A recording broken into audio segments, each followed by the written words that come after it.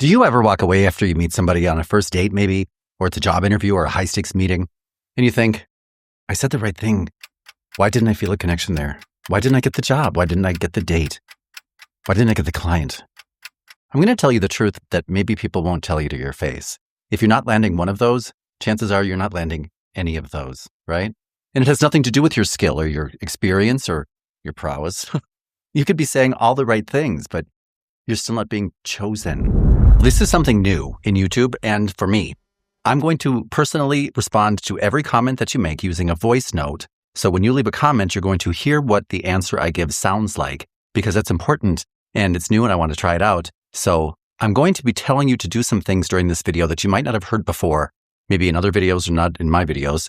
And you're going to see how you will be lifted up because you will lift other people up. And that is the only way we can lift ourselves up. We are in this together. Everything you're about to learn today rests on this one line, okay? Here's the sentence that I'm going to give you to say to other people. The clarifier. When you said this, did you mean that or something else? This isn't a trick. This isn't a tactic. This is love, okay? When this video is over, we will be ready to go to step 2. This is step 1, the clarifier. I'm Dan O'Connor, and for over 20 years, I've worked with hundreds of thousands of people all over the world who can't afford to get this wrong. And here's what I've learned after studying tens of thousands of conversations. The people who rise the fastest, or who are trusted the most, who are chosen again and again, they're not the ones who say the most powerful things. They are the ones who walk in wanting other people to feel meaningful when they are around. Today's video is brought to you by my mother. She gave me the words. She still does, and I need her. And you know, when I was in Nativity parochial school, my mother says this. I don't remember this, but my mother said, the reason that she allowed me to switch from parochial school to public school was because I came to her and I said, Mom, I'm always chosen last. Can I please change schools? I don't want to be chosen last. No, I still don't remember that. But I do remember the feeling because I was always chosen last and no one likes that. I mean, to be chosen last is the pits. I remember this. I wasn't chosen. Me. Whoever it is, whether it's a colleague, a date, an interviewer, whoever it is, help them find meaning, not in you, in them. Help them see the meaning that already exists in their life that maybe they haven't seen yet. When you do that, you're doing something differently from 99% of the people. I deal with the 1%. I study them and I coach them. And then I coach people who want to be in the 1%. And that's a common denominator. The 1% recognize something that 99% people don't. 99% of people focus on their need to be selected. So if they want to be selected as the next date, the next promotion, the next winner, the next candidate, they want to be selected. So they go in practicing being selected.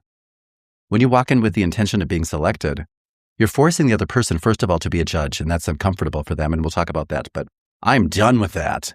I don't want to be selected. I don't want to be chosen by default. I certainly don't want to play second fiddle.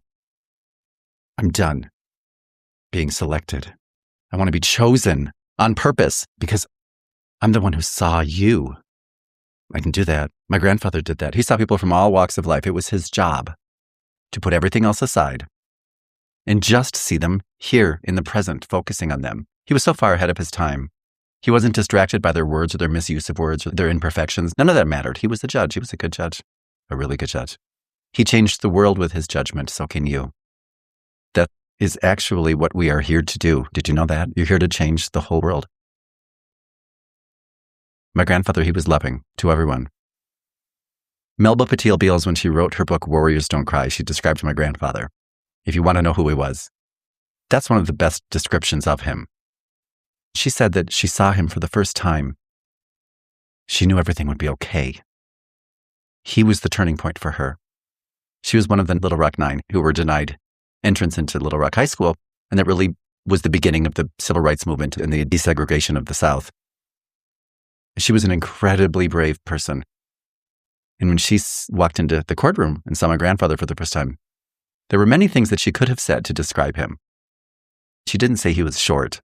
That was usually what people said when they first saw him. What she said was, she looked into his eyes and she knew everything was going to be okay because he had loving, kind eyes.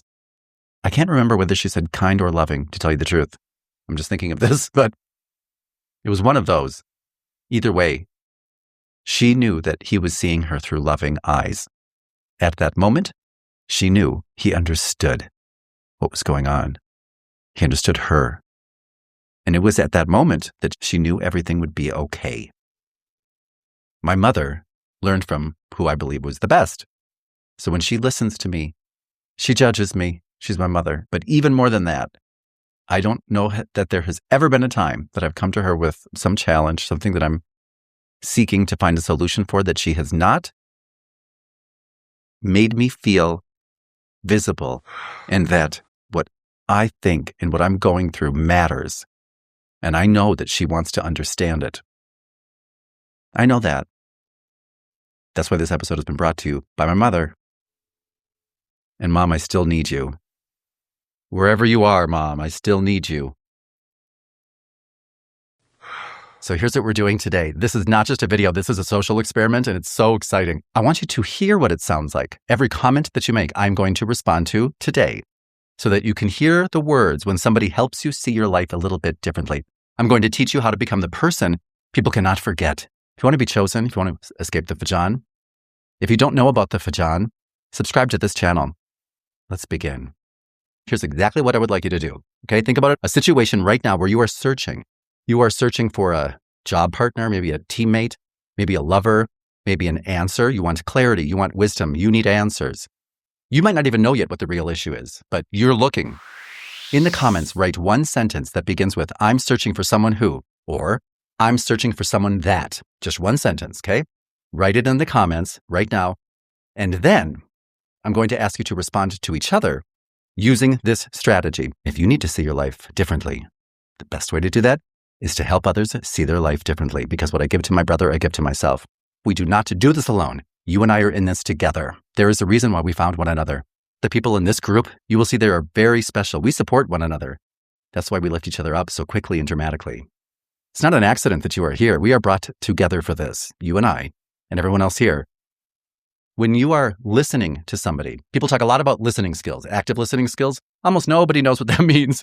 I mean, if you ask the average person what a listening skill is, they can't tell you. What does getting the job and getting the girl both have in common? You can only do both of those things if you are an exceptional listener. But almost no one can give you an example of what that means. Most people believe that being quiet means you're a good listener. No. Oftentimes, the people who are thought to be the best listeners, they're the ones who do most of the talking, but not about themselves. That's the key. Here's why this works. According to a study from Cornell University's Department of Communication, people who ask clarifying questions are rated as more intelligent, more trustworthy, more emotionally in tune, even when they speak less. Why? Because the human brain is not scanning for answers when it has a challenge. When I have a problem, I'm not looking for an answer. I'm scanning for meaning first. Meaning, that's something we are starving for. Please tell me I mean something. And when you clarify, showing, I listen to you, what you're saying to the other person is you're telling them, what you're saying matters enough for me to understand it correctly. Therefore, just like at the beginning, when I was chosen last, I didn't think, oh, it's my skills that are being chosen last. I thought I am worthy of being chosen last. I'm not as good. And when you're saying, do you mean that or something else? What I'm saying is, what you're saying matters enough for me to understand it. That ipso facto means you matter enough for me to understand you. I don't even need to say that I do understand you. I just need to say you matter enough for me to try. That's recognition. I recognize you. Recognition is the beginning of connection. Before you can understand someone, you have to see them. Most people feel invisible, unchosen. Say this out loud. When you mentioned this, did you mean that or something else? Say that again. When you mentioned this, did you mean that or something else? One more time. When you mentioned this, did you mean that or something else? That's how love behaves. We all have one problem. We've taken love out of everything that we have. We speak loveless words. We have loveless relationships. We have loveless communities. We have loveless countries. We have loveless everything. We've taken love out. We've taken it out. You can call love whatever you want. Some people call it God. Some people call it the Buddha mind, this Holy Spirit, the universe, whatever. Universal love. I just call it love. It's easy. That's what it is. When you want to show somebody that you are loving, Sometimes we get stuck thinking, what am I going to say? What am I going to say? How can I say this in a loving way? Don't worry so much about saying things in a loving way. Worry about being loving. That's your substance. Then things tend to take form naturally. That's how it works. So love behaves. I'm going to give you 3 people. Each one of them is searching for something, and you are going to be the one who first understands them, okay? You're on a date. I just want something real. An employee. This role has been overwhelming. A child. I'm bad at this. I can't do it. Take 3 seconds. What would you say? Here's what not to say. People will hear a date say they're looking for something real, and they'll say, yeah, me too, something real.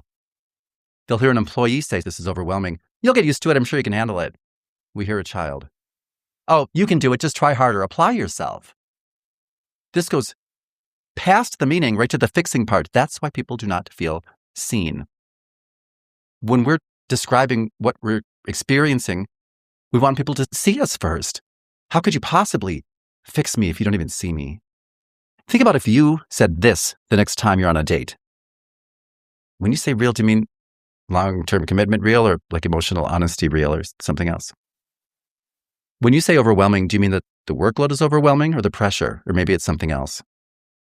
When you say bad, do you mean that you don't understand it yet, or are you afraid that you won't, or is it something else? They feel seen. They feel recognized again. Remember, to recognize means to know again. They're brought back to who they were. That's a miracle. That's something that you can give somebody.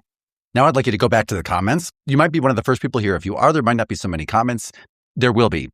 But read other people's sentences. Use the clarifier on their words. It might sound like this. If somebody writes, I'm searching for somebody who can help me with my daily chores. Your response could be, when you say somebody to help you, do you mean someone to organize your daily chores? Or someone to actually do the tasks for you? Or maybe something else. If somebody writes, I'm searching for someone that makes this pain go away. You could respond by saying, when you say pain, do you mean physical pain or emotional pain? Or you could respond with something like, when you say help make it go away, do you mean medicate you? Do you mean therapy, or is it something else? There could be several different ways to use this. No answer is right or wrong. Write whatever you believe would help you tell that person in these words, hey, I see you. What is it that you're saying? I don't want you to give answers. No answers. People will start clarifying your answers. And I want you to notice how that makes you feel. Seen, relieved. I don't know whether our intention comes from our blessings or our blessings come from our intention, but we'll figure it out together. Now, I'm so grateful to be here doing this with you today. I can't wait to see what you write and how differently you feel after reading what people write to you. In the next video, what I'm going to do is show you what to do once you clarify the meaning, putting it up tomorrow. And if you want to practice this in real time with people that are supportive, join one of my private groups. The link is below. I'm doing a live free class on the 7th. So if you like this, you'll also get the materials that go along with this and all of these sentences. There are 12 of them actually. You'll get examples and body language tips, how to deliver it. And you can practice with people who are real, supportive, and loving. And they will be in my class on February 7th. I hope you will be too, all right? So remember, until then, there's nothing that you have to say that you can't say in a loving way. How do you do that? Don't think of what love would sound like. Think about love would act like. This is it.